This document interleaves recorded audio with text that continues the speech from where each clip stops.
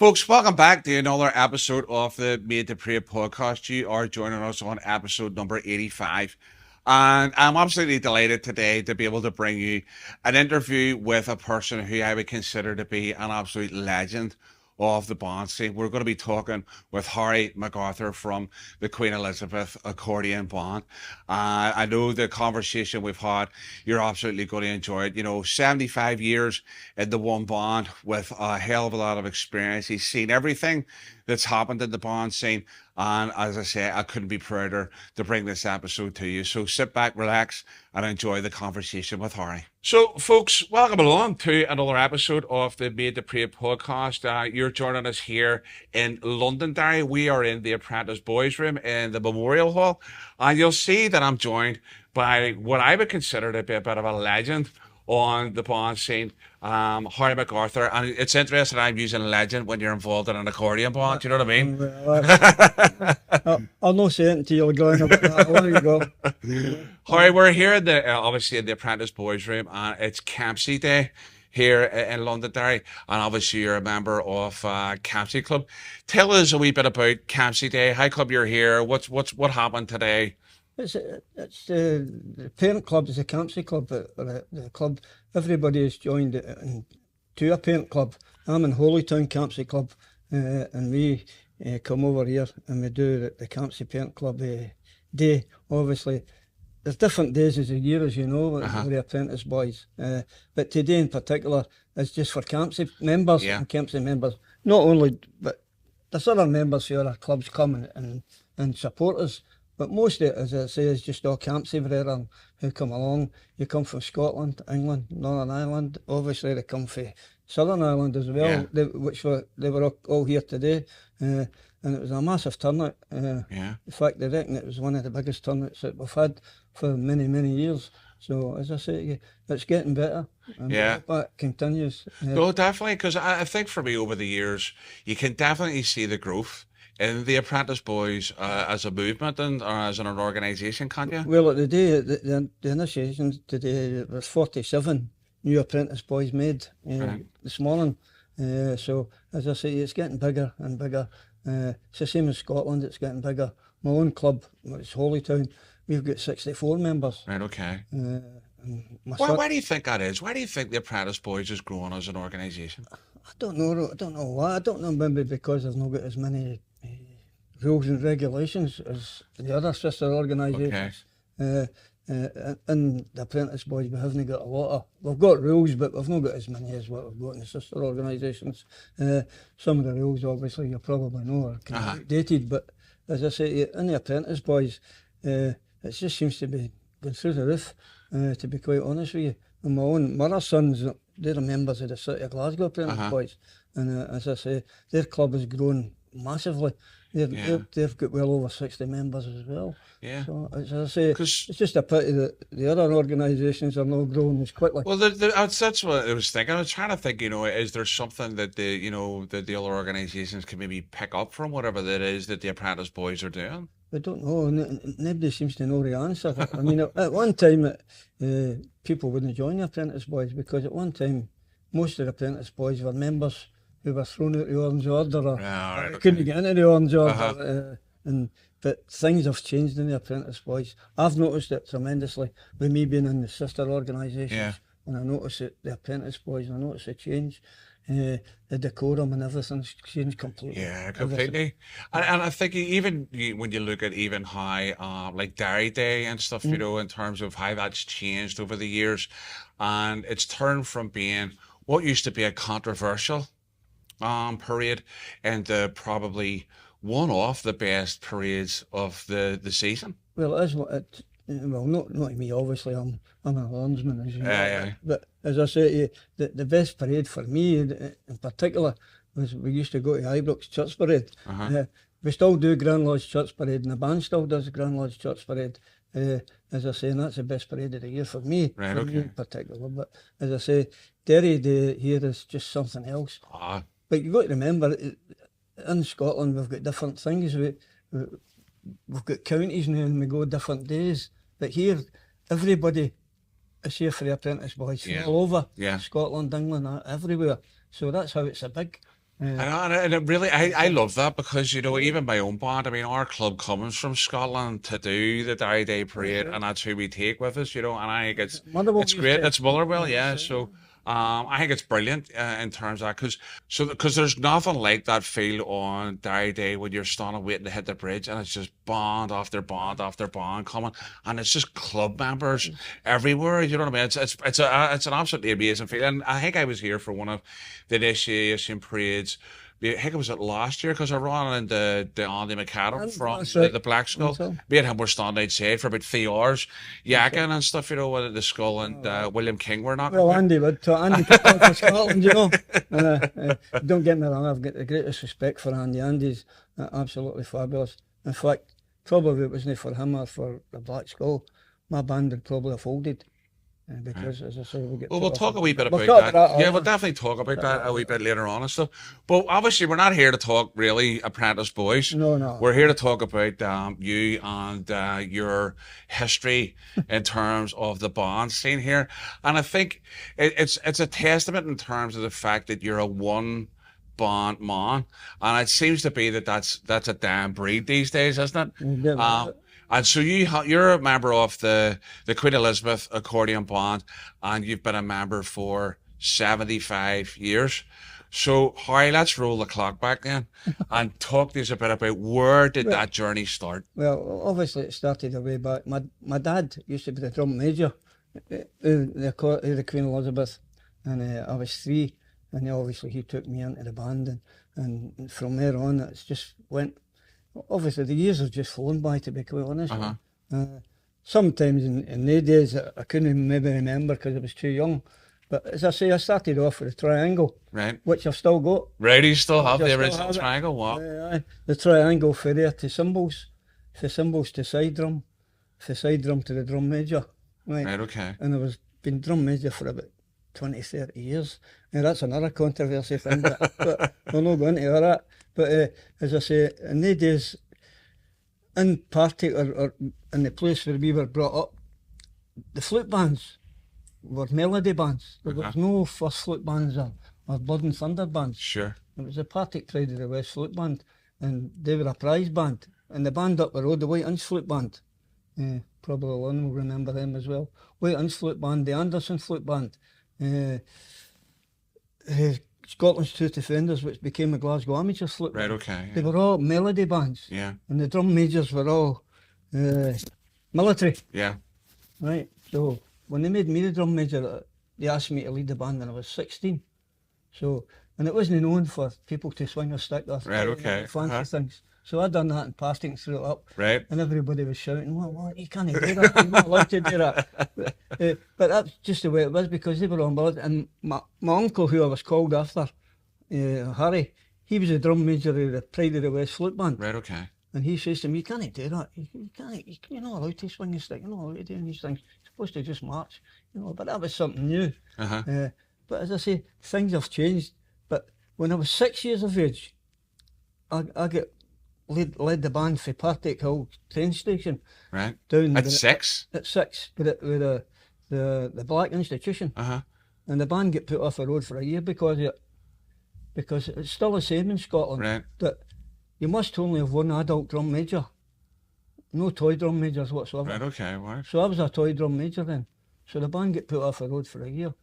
Goodness. Because just for having a kid walking out the front. because it was a kid, I was only 6. He was just a black. Sort yourselves out, would you? So that's what happened. And as I say, still to this day in the band contract in Scotland, it tells you one adult drum major only. Crazy. Nobody keeps to it, obviously. And then as you can see now, how many kids walk in front of bands now, you know. Yeah, but it's a big thing. I think, you know, for me, it keeps the band scene healthy because you know, getting young people involved in some shape or form, you know, is hard enough without.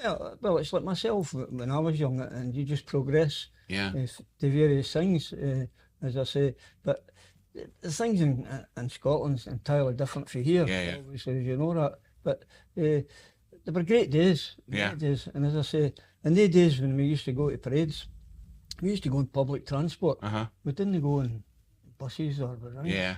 We used to march from the Orange Hall and Crawford Street down to Merlin Street to the subway, or the underground as we call it. and we all went on the underground, right? Right. And we walked in Govan and came back.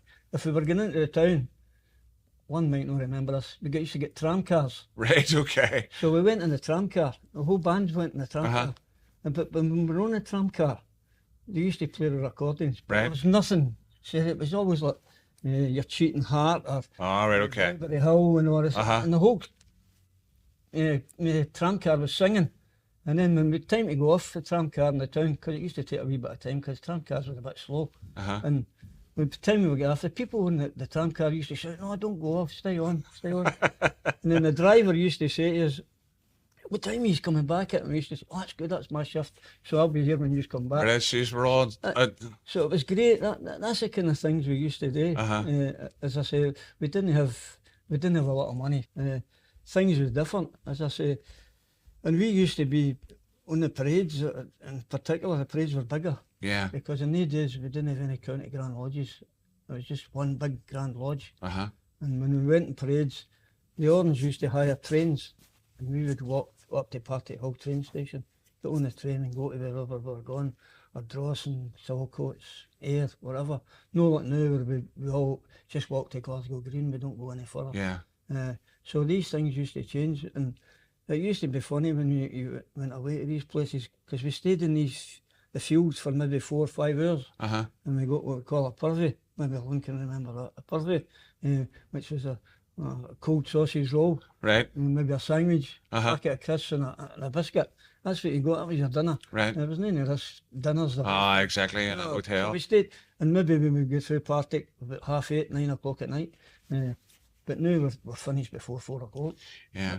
But as I say, but the funny thing was, I'll tell you this wee story. We were in Greenock, and we stayed in the park for about 4 or 5 hours.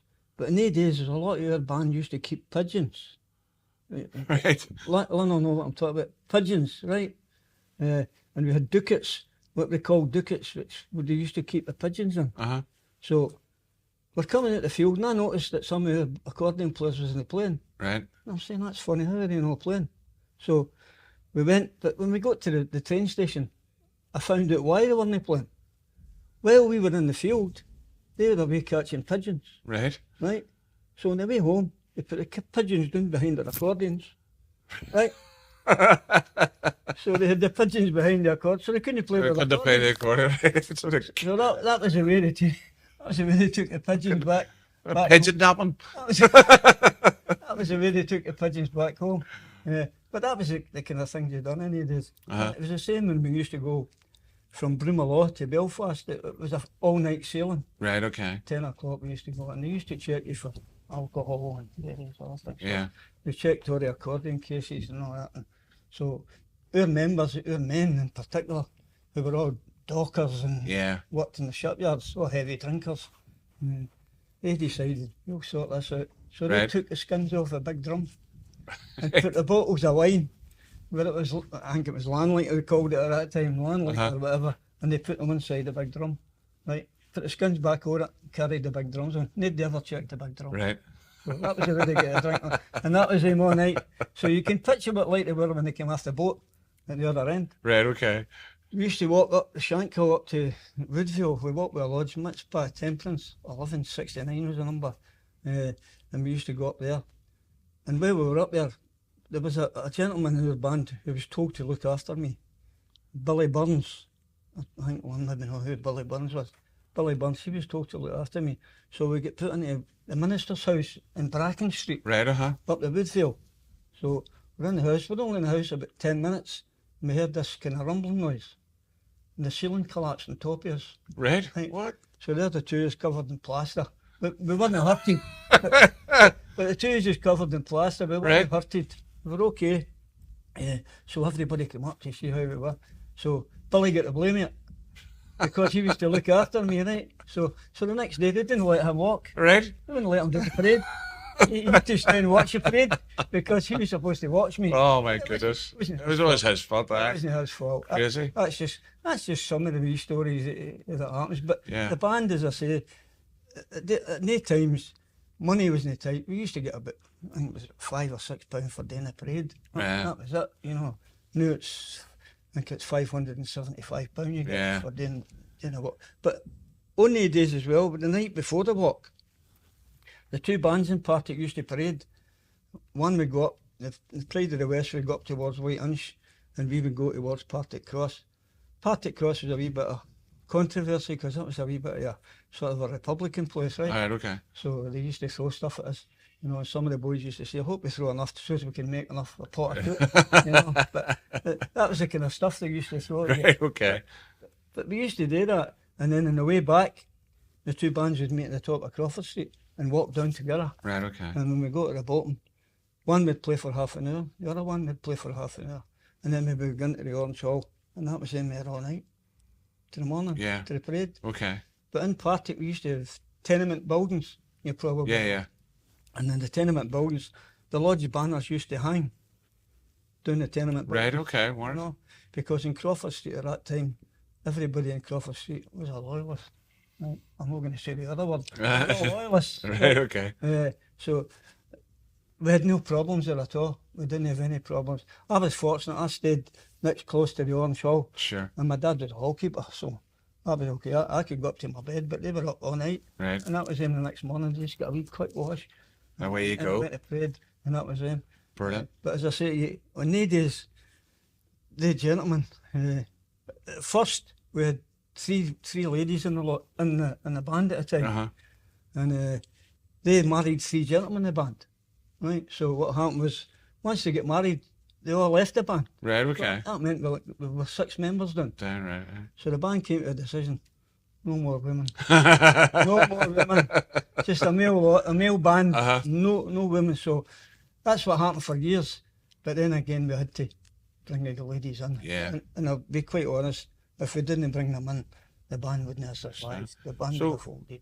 Talk to us a wee bit about, you know, we're trying, we'll roll it back a wee bit as well there. So when was the Queen Elizabeth actually formed as a band? The Queen Elizabeth was actually formed in 1936. 1936. So we're The first about parade 12 was- years away from the NPN. That's right. The 100, yeah. Right, for 1936, the first parade was in 1937. Right. They walked by Partick District, and then they walked to that Lodge Mitzvah Temperance in up in the Shankill, up in Woodvale, and they walked with them in 1937. They're the very first piano accordion band in Scotland, Right. and the oldest, obviously. Uh-huh. They're the first piano accordion band to walk in Northern Ireland as well.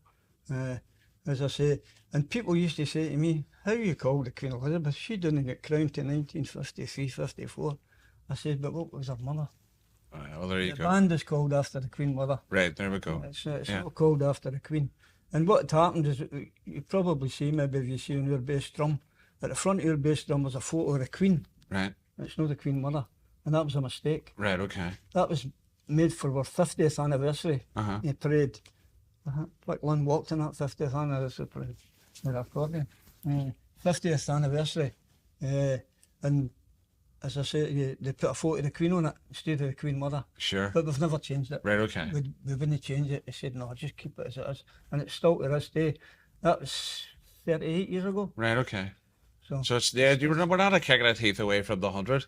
And I think it's great that we still have bands like that today that have stood the test of time, that have endured, because I'm sure the bands went through tough periods where, your membership is hard to maintain and stuff like that. it's very hard. The membership at the moment is hard to maintain. Most of our band have been in the band for years and years. My own son, William, is the bandmaster at the moment. He's been 52 years in the band. Right. Some of the girls have been 30 years, some 40. One of our other members, Billy Bird's been 60 years in the band. So they're all old, and they're all getting older, Uh-huh. obviously. And to try and keep them and keep the band going, expense as well. Right. Now, some of the girls in our band, their accordions are 8 to 10,000 pounds Yeah. each. Right, that's their accordions. And that's their own, they don't belong to the band. So as I say to you, it's very hard. But young people now don't want to join, especially accordion bands anyway, to be quite honest. At one time, we used to have 53 accordion bands Really? in Scotland, Wow. right? We've now got 7. And out of that 7, 3 parade. Right. And the parades in Glasgow this year, there wasn't any accordion band. Really? None. Okay. So as I say to you, So it's a that's Dan art. that's the situation that they're in. And to try and I mean, I don't know many people I've shown how to play a side drum. Uh-huh. But every time I show them, they go away and join a flute band. You know what I mean? They don't stay in the accordion bands. Yeah, well, that's the way it goes. Sometimes I think even some of the melody bands here would say, you know, they have a similar thing where some of the young people come down to learn how to play the flute with them, and then they go off and join, you know, Blood and Thunder bands and stuff, you know. So as you see, my whole family was in the band. As I say, my mum, my dad.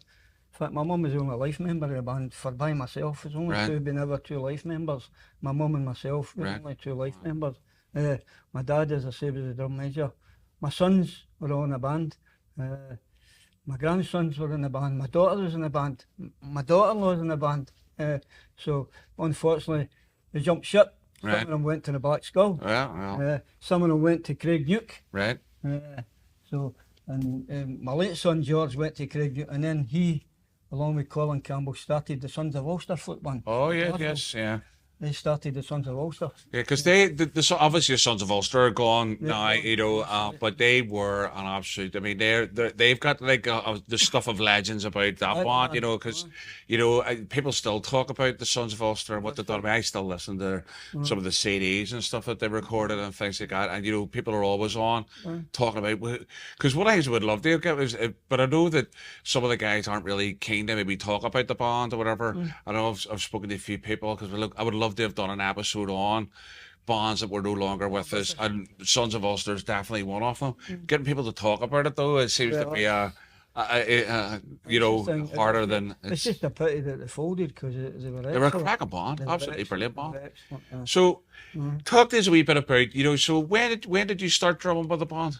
Started drumming. Aye, Well, I used to drum when I was wee. I'm about 6. I started about 6 years of age. right, The band used to teach me. In fact, I used to teach in the house. I actually learned to play the drum with 2 forks. right, okay, Forks on my mum's sideboard, right. which she wasn't too Was it too happy clear? because you could picture forks on a sideboard, don't you? Yeah, all the barkings and all that there, yeah. So that's where I learned to play the side. I played with 2 forks, and then obviously I became the band tutor, to tutor the side drummers. But as I say, I've taught that many, and Yeah. they've all went away to flute bands. But that's life. That's But, the way it goes. but was there somebody who was But I don't- teaching you though, in terms of whenever Well, you were down at the band? When I first started, we used to have a drum teacher in our band, was Willie McCulloch. Willie was a pipe band drummer. Right. He used to play in Shorts and Dykehead pipe band. And Willie used to take me aside and show me 1 or 2 things, you know. So that was the way I learned, to be quite honest with you. And the band kind of forced me on a wee bit. In fact, they wanted to put me in music lessons, Right, but I wouldn't go to music lessons. Right, okay. You know. So that was a situation. Do you regret that? No, well, probably I do regret it, but the thing is, at that time I played football. Right. So, and the drumming classes clash with the football. So the football won that. So that, which is unusual for me with the band anyway. Yeah. Because I mean, the band means everything to me, and it means everything to my family. Sure. So as I say, it's just a sin that you get some of them running, getting away to some other bands. But I don't mind. At least they're getting into other bands. It's not as if they're leaving and they're not going at all. I mean, you see the difference with the likes of William. They call him Red. I don't call him Red. I call him William. William, You know, he played with the Black Skulls, you know, with the Piccolo, and Jordan plays the bass drum. And, you know, so as I say to you, they left. My other son Harry at the moment plays with Craig Nuke. Right, okay. He's been about 35 years in Craig Nuke. And unfortunately, my late son George passed away. He, as I say, started the Sons of Ulster with Colin Campbell. But you lose all the members, and it's hard when it's family. Yeah, well, it's difficult when it's family because you don't want to be too hard in terms of, you know. I mean, when they were in the band, they were treated just the same as anybody else. They weren't treated any different. As I say, obviously, we get told that the older members of the band are getting older, and they say to us, look, you young ones will need to take over and start doing things for the band. Because at the end of the parades every year, the band used to go up to the Ettrick pub, which was at the top of Crawford Street, and they spent all the money in there. Right, okay. Right. But they used to give me 10 shillings. Right. A 10 shilling note, because I didn't drink. I still don't drink. But anyway, they gave me 10 shillings. and I was like a millionaire, 10 shillings, a 10 shilling note. I was like a millionaire. But the band, they just went from year to year. They spent all the money on alcohol at the end of the year. Right, And then okay. they started again. Right, okay. That's the way they That's the way it was, yeah. That's the way it was. So talk to us a bit about, obviously, as a young person carrying a drum. Were you carrying like a full proper drum with you when you were like sort of 6, 7, 8 years old and stuff, yeah? Because we didn't have Wee small drums and stuff, aye. And then in the days, the side drums, there wasn't a double snare side drum. Aye. There wasn't a top snare, a bottom snare. It was just a bottom snare. Yeah. And the bottom snare wasn't a wire. It was gut. Uh-huh. The snares were made with gut. They weren't made with wire. So as I say, that was what it was. It was just the one. It was either a Premier drum or a Carlton drum. Yeah. That's what it Were they heavy? Because I remember whenever I started walking well, with the drum, they were heavy. They were pretty heavy, but as I say, not much heavier than what they are now. I mean, the other drums now are a wee bit lighter than what they used to be, because we were one of the first bands to get Andante drums. Right, uh-huh. We were one of the first to have them. And then everybody started getting Andante because they're light as well, and then they're lighter. they're lighter. and the variety in terms of a variety of tuning and stuff, you know, so you can have them as high tension That's right. or more of a low tension sound. You could just take a top of Andante drum and and play it on it, yeah. But you see kids doing that now, don't you? You see kids do that, and I mean, to help them kind of get out. It's great to see the kids doing it. Yeah. Because obviously that's the future of the band. But you very, very seldom see it in Scotland. Very seldom. One of the things I wanted to ask you about was about some of I know you'd shared some of the memories there. There's bound to be some real standout memories that you have from walking with the band. I mean, we were talking about 75 years worth of history, so we're looking for some PG rated, stories here. As I say, the best parade of the year, obviously, was when we used to go to Ibrox Church Parade. What made that your best parade? What is it about that made it brilliant? It's just the hymns and the way you play. I mean, in Scotland we're only supposed to play hymns all the way. I mean, my band in particular, we play hymns all day. We would do church parades, to be quite honest with you, rather than do the big parade. We would do more church parades. Sure. And the band does some amount of church parades. But that's a Dan Art thing as well, because I think I've done one church parade in the last 5 years. Like, I haven't done any. And then in the days way back, you used to have to do 5 parades. See, if you signed a contract, we had to do 5. Right, okay. Which was the Juvenile Church Parade, Juvenile Walk, District Church Parade, Grand Lodge, which was Ibrox, sure. And the Big Walk. 5. You had to, but now we can pick and choose. Right. We don't need. We can say, oh no, we're not doing any church parades, or we're not doing that, which is happening. Yeah. Which is a sin. It's a sin. But because I think and I find that it's easier to play hymns than it is to play all these fancy marches. Right. All these fancy marches and various other tunes that they're playing. But they just don't do it. They don't do it. As I say, that to me, church parades are excellent. But as I say, the best parades that we've done is we walked in London for the Queen. Right. Okay. What? For the Queen's Jubilee. The band done the parade in London, and what a reception we got. I think it was just because of the name of the band. Sure. Because there's not really that connection there. I'll always say the band play good anyway. You know what I mean? But as I say, the name, I think that kind of the people were just absolutely unbelievable, and they couldn't believe the name of the band, because we had people from America, Germany, Australia coming up and speaking to us and wanted their photos taken with the drum. It's unbelievable. And where's this? Are we talking? This is like back 70. We're talking about. What was that? 77. Way back. It's absolutely unbelievable. But as I say, these are the kind of things that you remember. Obviously, I remember it wasn't a parade, but Grand Lodge had they're doing the Pavilion Theatre in Glasgow. Myself and the Black Skull Flute Band, the 2 bands played that night, and that was just out of this world. It was fantastic. All right, we got into trouble because we played. We call it Georgia, but it's about. Oh yeah. Right. So before we went onto the stage, they asked us to give a list of tunes. So we gave a list of tunes, and they looked and they just seen Georgia, but they didn't marching through Georgia, but they didn't hang me. So. And they said, you can't play that one, you can't play that one. We said, right. So we played the Billy Boy off the place. What happened is some of the people who were working in the pavilion walked out Right, okay. because they were the other persuasion. Right. So they went away. So that caused a bit of hassle. But we says, but he gave you the list of tunes. But look, it says, you didn't say it. I said, but it doesn't say Billy Boys. It says It's Marching Through Georgia. Georgia, yeah. Right. And we couldn't play Men of Harlech. Right, okay.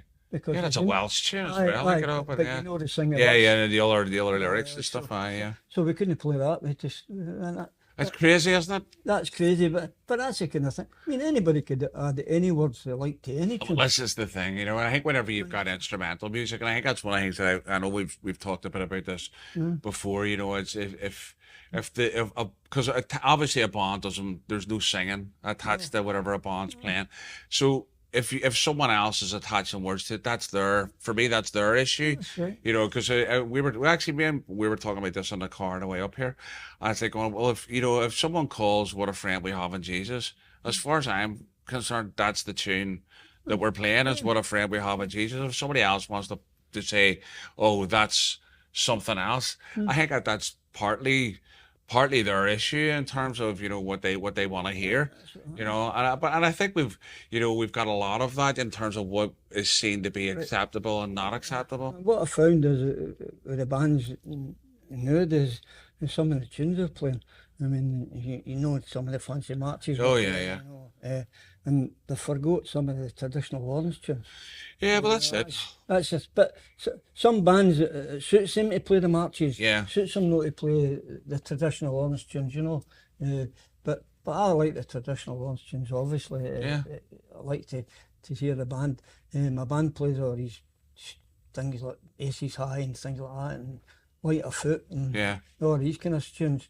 But as I say, I like the traditional Lawrence tunes. But that's just the way I am. That's the way I was brought up. But there's something about the sound of an accordion band playing better a than traditional. I knew I was coming, Harry. Out of respect, I'm not going to retort. As I say, the other thing are disappointments that we had. You probably know that the band was put off the road for a year. Yeah. No for me being drum major, because we didn't do a church parade. Right, okay. And we get put off the road for a year. But when we get put off the road, it's through the buckets. Right. It's through the Orange Halls. We weren't allowed in Orange Halls. We had to move all our equipment out. And we'd been in that Orange Hall for, I don't know how many years. 35, 40, 50 years we were in it. Yeah. And we were thrown out. And we had nowhere to practice until Andy McAdam says to me, you can come into our hall and practice in our hall. Don't care what anybody says. As I've already said, I've got fantastic respect for Andy. But I think there's also a sense there, maybe as well, Harry, because the Skull, whenever they were in one iteration, were also put off the road at one point. So I mean, I think Andy had spoken this about they had fallen foul off. Because of faces. Yeah, and stuff like that there. So I think the fact that they know what that can do to a band, because that what was the. Well, the point is we had nowhere to practice. Yeah. Nowhere to go. So Andy took us into his band, and we're there. Still. Since 2014. Right, okay. Brilliant. We've been there since 2009, sorry. 2009. Right, okay. I think 2014, that was me, I wasn't well. Right. 2009, that happened, and we've been in the Black Skull Band Hall ever since, okay. But if it hadn't been for him, I think maybe the band might have folded. Right, because we had nowhere to go. Yeah. We had nowhere to go. Well, shout out to Andy then in regards to, Andy was brilliant. He was really. But the connection doesn't stop there, sure it doesn't. You've done a few events together, but obviously the tourist thing we've already mentioned is that two of your sons have been long-term members of the Black Skull as well, haven't they? I mean, it must be great for you to. I know you'd probably want them in your own band, but it must be great for you to watch. Don't get me wrong, William, or Red as they call him, William and Jordan come and still play with the band. Right. They come. Was there photos up on Facebook recently of That's them right. back with the yeah? That's right. Yeah. They come and still play with the band, and that's good that Andy likes Well, I them, love that. I think that's great. And Andy could stop them and say, no, maybe if it was a flute band, it would be different, right? But he still lets them come because he knows that they're born and bred, and that's where they grew up. They grew up in the band. But that's where they got their starts. That's where they grew up. They grew up there, as I say to you. And it's always a sad thing when any of your family leaves the band, you know. Yeah. But that's life. But as I say to you, as long as I get into a band and they're no leaving Yeah. altogether, And what a band to go to be honest well, with you. Do you know what I mean? Like, you can't you argue. can't really say anything about that, and You can't argue with that. you know, My other son went to, and my other two sons, in fact, my late son George and Harry, they went to Craignook. yeah, the True Defenders, right? Okay, yeah. Craignook. They're an army and a half, aren't they? Aye, I know, they're Just says massive. to them. Oh, they're massive. Do one of the things I had, see a few years back, and I was still walking with, this good few years back, I was still walking with the McArthur Defenders at the time, and we were coming across the bridge, and we'd only 9 flutes out that day. And I remember like kind of going, please do not let us run into anybody of any real size. So we get about halfway across the bridge.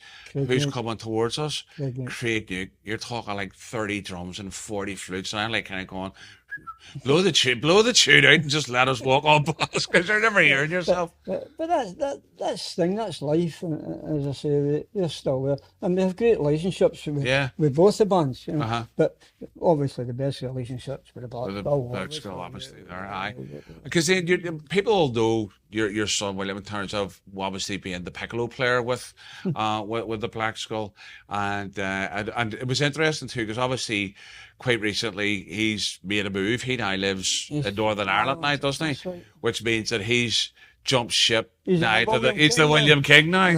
So I don't know why he's fighting Ollie for the piccolo or not there, but but as you say one band to another band yeah. like that. What can you say? Like, can you you know, say? I mean, in terms of that, there, I mean, it's But as I say, way back in the days, as I say in the earlier days, most of the bands in Scotland were music bands. It was very few. In fact, my own district used to hire a band for Greenock. In fact, back at Greenock again, was the Greenock Purple Heroes flute band. And that was the first, I'll be quite honest with you, first flute band I had ever seen. right. I'd never seen one before. Right, okay. No, it was always music bands I'd seen. Sure. I hadn't seen anything like that until a few years later. I think it was Lynn's uncle started the Partick Protestant Boys. Right, So they, as I say, came up and they were, as I say, I'm not saying they're a better band then than what they are now, but sorry, we can edit this. and as I say, and they were massive. They were a great band. They were a great bunch of guys. And as I say, unfortunately, as I say, Davey passed away as well. So yeah. As I say, So how often is the Queen Elizabeth out now? How many engagements a year is the band taking? well, I've got one next month. I'm in Wishaw. We could. It varies. It varies. We do a lot of indoor stuff. At that time, as I say, we used to do dances, but they were called Orange and Blue Nights. Right, There was no culture days. There was nothing like that. It was just a dance, and that's what you done. The band played at the dance. The band get paid whatever it was, and that was it. There was nothing. And if we wanted to make any money, we used to have to try and do it ourselves, run a dance. right, okay. As I say, we don't get any funding. We don't get in. We're all self-supporting. Yeah. And as I say, it's very, very hard to keep a band going. Especially for an accordion band, as you say, you know, in terms of the money that's attached to that, Money, you know. and if you've got any repairs to the accordions, Yeah. which are very, very dear, it can come to hundreds of pounds just for one repair. Yeah. And if you've got 4 or 5 repairs, it's quite a lot of money. No, it is. You know, but as I say, we keep going. In fact, I'm out next month. We're in Wishaw, Right. doing a sort of a dance. We can do anything up to, I don't know, 20, 30, Right, okay. maybe a year. It all depends on it changes, different things. All depends when some of the lodges are wanting dances or Sure. wanting things, or some bands are having culture days like Pride of the Rock and things Yeah. like that. We done their culture day, but very, very seldom does bands ask us to come and do their culture days. Right. Very seldom they ask accordion bands. But I'm going to, is it Blackridge Thistle? The bands that they're due in October this month. Right. We're doing a do in Armadale for them as well. Right, For okay. Blackridge. Right. But as I say, very seldom do they ask bands to come to culture day, especially accordion bands. Yeah. Well, the Black Ridge are good in that sense in terms of doing that, but and I think we're hoping that they may be coming over to our the Like Ravens that. event in the new year. Mm. Fingers crossed. Our event's happening around Easter time, so it might have a wee bit of an impact on them. But I was talking to Andy from Andy, Black Ridge big the other fella. night there, so wasn't he was saying that they Mm. were hoping to maybe go over and or come over for that as well. So That's because it. they're a cracking band. They had their But roots back in the whole. Black Ridge at one time used to be the champions. Yeah, that's right. They They were weren't big. just B flat. They were, That's they right. were, They weren't their first loop yeah, band or they were anything a like part that. music band, weren't they? Yeah, That's right. yeah, yeah. Because you see their name At appearing that on time. some of That's right. But, the competitions and stuff, and but things change, as you say. The whole band scene's changed. yeah, oh, yeah, completely. Well, you've seen the majority of that I've change. seen it. I've seen the change in the decorum, the uniforms, the music, Yeah, even the drums. Everything's changed. The yeah. instruments have changed. And Would you say, what would you say is better about it now in terms of what because there's things because we've been doing some stuff. I think now the dress and decorum's better than what Yeah. it was. But in a way back then, as I said, we didn't have the money. Yeah, So we couldn't dress, or we couldn't get the uniform, we couldn't get the instruments that we wanted because we didn't have the money. well, yeah, As I say, and it's still more or less still the same today, but as I say, the uniforms, instruments and everything has changed. As you probably know, the drums have changed yes, as well, yeah, more my style. My drums is more my things than anything. yeah, yeah. I hate to see people batter drums. I hate to see side drummers doing that. That does man. No, like, you watch the White Rock and you see them. That does my head in. That does my head in, honest. I just can't see how. To me, that's no playing a side drum. Oh, no. Anyway, that's your style. I'm laughing because Brian's obviously the White Rock behind us here, you know what I mean? So, As I say, that's just the White Rock is. That's their style, isn't it? that's it. It's the way White Rock is. Love it. And they'll never change. And I don't think they'll ever change. No. They'll never change. But it's like there's a lot of bands like that there, and I know what for me, and I know this is something that I've been all about for a while and stuff, in terms of White Rock County, Netherton, Drum Chapel, Get very, them all very, together. yeah, getting them all together. Wouldn't that be nuts? They bass drummers, man. So it is. Do you know what? Want to play it? I have an idea for an event called Swagger Mania, and that's what it is. It's just those four bands coming on and swaggering for us, and then and it's still. I mean, I know I've said it umpteen times, but the idea of having all four of those bands joining together would just blow my mind. And I think before I die, I want to see something like that happen. That's it. I know the county and Netherton were together at an indoor recently. I think they were. Netherton walk with my apprentice boys every year. And It's Netherton to walk with us every year. But as I say, it's just the noise. It's the drumming. It's the bass drums, isn't it? yeah. That's basically it's the bass. Well, there's a lot of that there. I mean, I know for me, there's stuff that I look back on as a kid. Whenever I joined a band as a kid myself, and that annoys me now today. Do you know what I mean? Like for instance, whenever we were knocking about, you'd have been playing the drums while you were waiting on a parade right, starting, or people were playing new tunes on their flute and being told, "Shh, don't be playing that," and all this kind of stuff.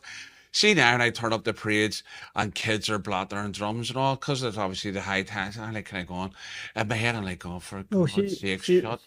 see what you're saying. That's a pet hate of mine, and everybody in our band will tell you. If I see them hitting drums before praise or whatever, I call it itchy fingers or itchy hands. I say, is there something up with you, Yeah. It's just one of these things. I know they get, and everybody does it. Everybody has that kind of thing. But I know for me, with those high tension drums, my ears, see it a lot now. My ears not going here. Seriously, I've tinnitus. Could you knock that in the head, please? But the only thing you can say is that the things in the bands and the musicals, but went up. Oh, completely. The level of proficiency is way up. You know what I mean? It's especially some of the flute bands. I think of sitting in. I remember sitting in with the William King. I think it was last year. I was invited up for an event, and I ended up sitting in on their practice. I was blown away by even the guy who's their conductor, to the point where he was stopping people, going, "Who's taking their breath in the wrong place?" Because I was here. What? I was here at our anniversary thing. You were Yes, at that's, Black that's Skull. right. Yeah, Black the Skull skull were was here there as well. Yeah, that was all around about the time of that parade and everything as well. Yeah, That's right. It's amazing to see these things and hear these bands, I love listening to the good flute bands. Yeah. That was some night, wasn't it? That's right. I don't say there's bad flute bands. There's some better than others, you know. Yeah. Same as with accordion bands. I mean, we're great friends with Dunloy Accordion Band, as you know. We're great friends with Dunloy. A great, fabulous accordion band. Yeah, brilliant band. No any better than mine, right enough, but I always say that. But as I say to you, there's something else, you know. Yeah. It's just with it. But there's a lot of great about I'll accordion say to you bands this, there. though, Harry, they're no Brunswick. Yeah, but I think, no, listen, see what you're talking about. We were just arguing about that on Sunday in my band practice. Right. There's a lot of my band prefer Brunswick to Dunloy. Uh-huh. I think Brunswick's better. Oh, for me, And- 100%. And there was another 2 or 3 said, no, the Vow's better. Oh, really? Yeah. The Vow Yeah. accordion band's better. I mean, I just like Dunloy. I like Maeve McCullen accordion band. Yeah, the Beaver, the Beaver big good, band. aye. They didn't really all girls, but, Yeah. you know. But that's the difference in terms of some of the bands here, regards to the culture of accordions in terms of some maybe of the more country areas That's here. right. The accordion bands. I mean, I was talking with Alicia Dixon from Corbett. That's right. You know, because obviously Alicia was on that yeah, series, I The know Band that. and stuff. You know, so we were talking at Pitch Perfect, and we were saying that the accordion band and some of those others is like almost like the heart of the village. You know, and it becomes a real. And if the band was to go under, but almost be like something of their soul was disappearing. You know, so from while I give the accordion bands a lot of stick and stuff like that, know you do, aye. but I mean, I think for me, whenever we're looking at the positive impact that bands have, you can't get away from that, because we were even talking earlier on before we started recording about Ballymajock, you know, and the effort that Ballymajock have put into that wee recruiting. Josh We Josh, 100 Yes. uniforms, Oh, Josh Josh, Morris. And but the effort that they've put into recruiting young people, because they were walking with 2-3 rows of cymbal players at one That's point. right. A lot of those young kids have now moved on to accordions. They're walking there's like an army of accordions coming out of Kilkeel. It's, you know, there's definitely something in the water down there in terms of. Kilkeel's got that many. Well, it is that many bands, and the bands are massive down there as well, you know. So, but there is that real sense of community that comes with it. One of the things I wanted to ask you was 75 years in the one band. What has kept you in the ranks of that band? Because for some people, they kind of going, hang it up, Harry. I think possibly it's never a family tradition, you know. My dad and that, and my mum, obviously it was family tradition. Yeah. I'm the type of a guy that if I join something, I'm there for life. Right, okay. It's the same with the Orange. Right. I'm there for life. Uh-huh. It's the same with the apprentice boys and my own apprentice boys. I'm in there for life. All my family were members at Holy Town Campsie, Yeah. but they've now all transferred to the city of Glasgow, Right. and I'm the only one left. Right, okay. I'm the only one left out of 7 years, Yeah. and I'll no move. Right. I believe that if you join something, you stay in it, Right. work at it, and try and make it as good as you You can possibly can. be. And- Were there any times you thought about Never, giving this up? never, Never? never. Look at that. I didn't even resolve at the face there. I would love that. Never. Yeah. So, No. because you get guys, you know, who are joining bands now, and I suppose life to some degree is different. You know, the pressures are different in terms of jobs and things like that. But I mean, I've lost jobs. yeah. You've lost jobs over the band, have you? Aye, because the band, because the band was out and I maybe had to work, so I didn't work. I didn't go to my work, so I went with the band, so I lost my job. Right. But I wasn't the only one at that time. I mean, there was other members, there was other people Sure. in the same situation. Yeah. Same situation. But it was like that back then, because I know whenever because we were talking about this at band or then how, you know, I would have went through a period where I wouldn't have missed a parade. You know, it's different to some degree now in terms of the nature of the job that I do and stuff that I just can't necessarily be at every parade. But for a while that used to beat me up and kind of going, listen, I want to be out. But it was a whole different story back then, do you know what I mean? And I think to some degree now, you know, you've got old Hans who that's their expectation is that, you know, you never miss. No. And then you've got young guys that are like kind of going, well, this isn't 1970 anymore, you know? I mean, I've all the parades. The only parade I missed was in 2014, unfortunately, with cancer, Right. and I had the operation. But I didn't miss a parade. I was in the hospital, right, just before the operation, and my wife, my daughter, phoned the hospital and asked if they could take me out for a meal. Right. And they said, "Oh, you on you go." But it was a day of walk. So they came, took me out. In fact, the nurse says to him, "That's the quickest I've ever seen anybody getting ready in my life." And we were away out. I was in a wheelchair, and I went to see the parade, and that's one of the worst things ever. Watching, and then worse when you see your own band coming. And you're not there. And you're not there, and that was just worse. That was just unbelievable. Right. But I still seen the parade, and that's the only parade that I've missed. Right. In the 75 years. Wow. And I've been to every parade, and obviously in Ulster as well. We've been, the band, as you know, the band have been terrific. The members have been absolutely fabulous. All the members throughout the years, thing with them all. The girls were all brilliant, as I say to you.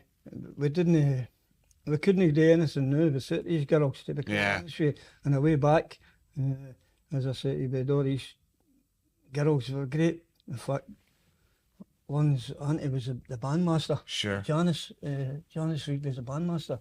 And you probably know the band won all sorts of trophies. Yeah. But it doesn't really mean anything to me, but to a lot of the people it does, you know. It's good to be recognised. Oh, it is. Oh, completely. It's good to be recognised. But you don't go out there to win. Yeah, trophies. but that's something that's changed in the past scene now as well, Harry, because it can be good and it can be bad. Well, this is the idea, you know, because it causes friction. I think when the competitions really started to come to the fore, those sort of early 80s and stuff, it became everybody ran a competition and stuff. And I think it was good in one sense because we've talked about this before, like iron sharpens iron. People could see that people were trying to get better. And as a result of that, sometimes hearing people on competition pushed you to do better things. But what it also did was it created rivalries. And then some of those were healthy rivalries, some of them weren't so healthy rivalries. And I think now that the idea of having, you know, the idea of it's just an annual parade, it's there for show, come and show us what you do. It kind of removes that there, because what I think that competition does is heightens your own sense of identity, and you know, and maybe takes away from the idea of camaraderie and collaboration and the fact that we've got bigger issues than who's winning a competitions and stuff now.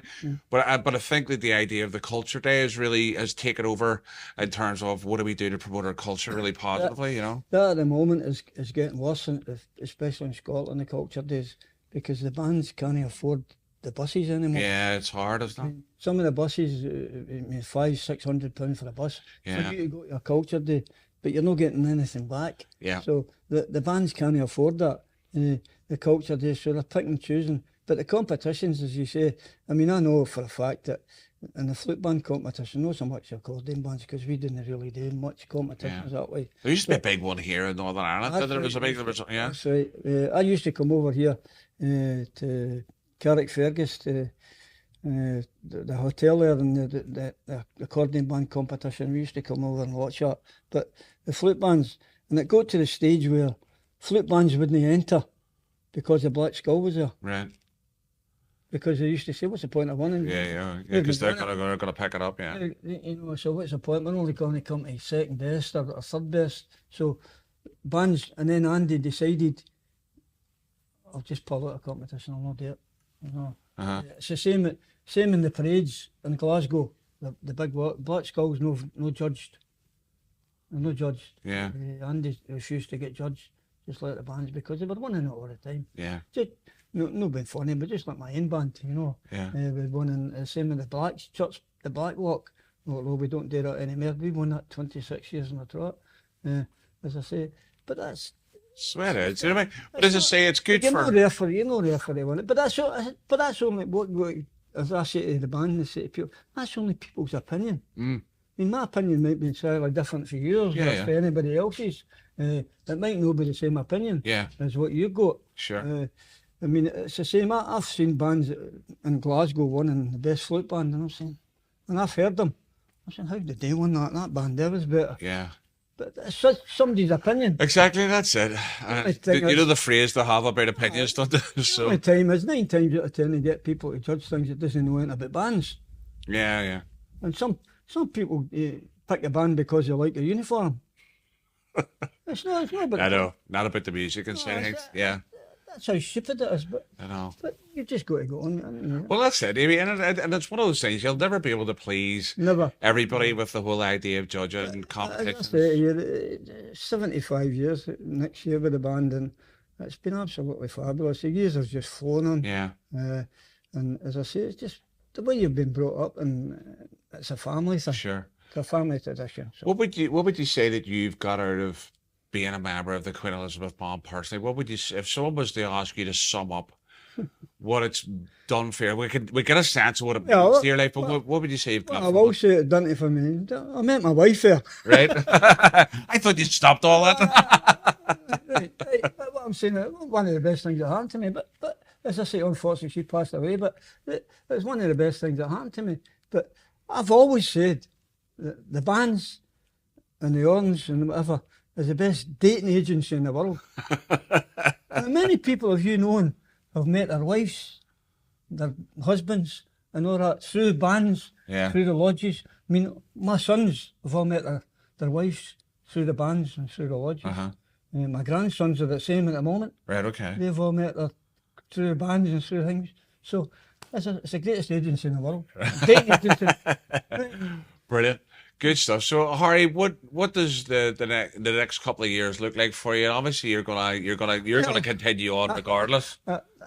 I just hope with God's prayers that everything goes okay and the band keeps going. That's the most important thing to me, that the band keeps going. Whether we parade or no might be a different story because we're all getting too old. But we'll still do a lot of indoor stuff. And as you say, the indoor stuff changes. Changes the musical. Sure, part. Definitely does. Right. I mean, we're using MIDI things now that we never used before. Yeah. We never used before. We're using that now. And sometimes we're playing without drums. Which has never been done before. But it's good. We have to go with it. We have to change things. That's getting redundant. But as I say, but you've got to change. Things have got to change, and it's great. And I find that a lot of people say to me, we done, I can't remember what, in Wishaw or something, we done without the drums. The drummers didn't play, and they were asking how I wasn't playing. Obviously, they know I play the drum. I said, we're trying this new system out and we're doing that.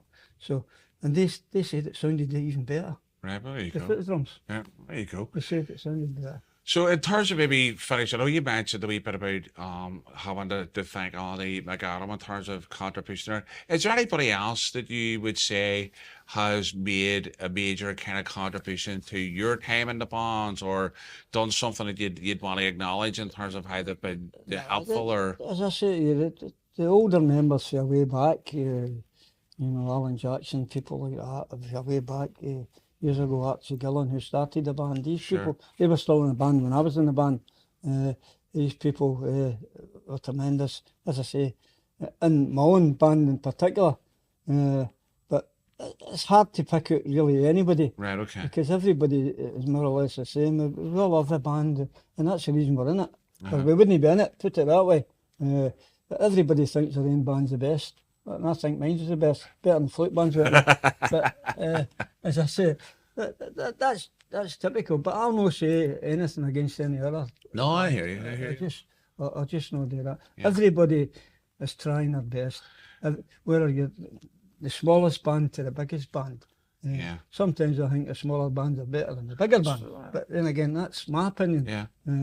As I say to you, but it's harder and harder now to keep a band going. Well, I'll tell you what though, if the guys in the bands had your dedication and commitment, then maybe while you go through some hard times, that through thick and thin stuff, they'd probably find that they get over some of the hurdles that they face just by sticking at it and stuff, for fair play, man. It's like everything else, you've got to stick at it, isn't it? Yeah, well, that's it. There's a favourite saying, no surrendering it. And that seems like a good place to maybe to leave that on. So, Harry, I want to say just first and foremost, thank you for taking the time out of your day, because I know Campsie Day, spending time with your club, the parent club and all is really important. I really appreciate you taking the time to spend with us and have a chat with us about something of your band history, man. I really appreciate it. Thank you for having me. It's been an absolute pleasure seeing you and being here. And I thank you for coming up to Londonderry. I know we could have probably done it in Belfast, but unfortunately, Well, we wouldn't have had the nice set that we're in here to have the well, conversation. sit here, as I say to you, and it's been an absolute pleasure, Glenn, seeing you. I watch all your podcasts, as you know, and I put wee comments on Right it. on, I know you do it, yeah. So I'll probably put a comment on about this one. But as I say, it's been an absolute pleasure, and I wouldn't change my 75 years for anything in the world. I really wouldn't change it. And if I've offended the White Rock, I apologise. But as I say, no, that's it. And I hope and pray that I still. The only other thing I will say that I got for the band, which when it's 50 years in the band, I got a letter from Queen Mother, the late Queen Mother. Right, okay. The late Queen Mother sent me a letter congratulating me in being in the band. I've still got that letter. Wow. It's up in my house. It used to be in Grand Lodge offices. Uh-huh. It was in show there for about 4 or 5 years before they shut Olympia House. Uh-huh. It used to be in show there for everybody to see. And that's one of the things I've got, and I treasure that very, very much indeed. Wow. But as I say to you, I hope that I live to be 100 to get a letter from King Billy, you know what I mean? But and I hope the band's still going. Yeah, well, let's hope so as well. They're 88 years now. Yeah. So I just hope that they keep going. Yeah. I'm very, very sceptical. I don't think that'll happen, but I hope no. I think maybe in the next 3-4 years, maybe there'll be no accordion bands in Scotland. Right. And that's sad. It is. Well, let's hope that there's something that maybe can be done. I mean, maybe some of these other things that you're thinking about in regards to how they play indoors or what other things that they may be able to do, may be able to keep that kind of tradition alive and stuff, you know what I mean? So, it'd be great. But anyway, Glenn, it's been an absolute pleasure. Thank you very much for having me. And accordion bands are still better. Brilliant, Harry. Thank you very much. Thank you very much. Cheers, man. Alrighty, folks. So, hope you enjoyed that conversation with Harry. Absolutely brilliant to be sitting down with him and talking about some of his experiences over the last 75 years. Man, I can't even begin to imagine, the things that he's seen, the things that he's heard, the parades that he's done, the fact that he's talking about he's only ever missed one parade in 75 years, I just find absolutely amazing. And it's people like that have helped sustain the band scene over the years. And, Harry should be an inspiration to all of us in terms of our commitment. The things sometimes I think about, I couldn't be bothered going to a parade, or I couldn't be bothered doing this. And then you hear Harry talking about, I got out of the hospital when I was suffering from cancer to go and watch the parade, and actually being gutted that he wasn't walking. That's the kind of thing that has sustained bonds over the years. And I do hope that the Queen Elizabeth make that 100th anniversary. I think that would be absolutely amazing to see. So that's us for another episode.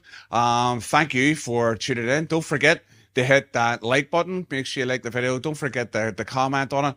But more importantly, don't forget to subscribe to the channel as well. Subscribing is absolutely free, but it just helps us get our content out to more people. So until the next time, look after yourselves and take it easy.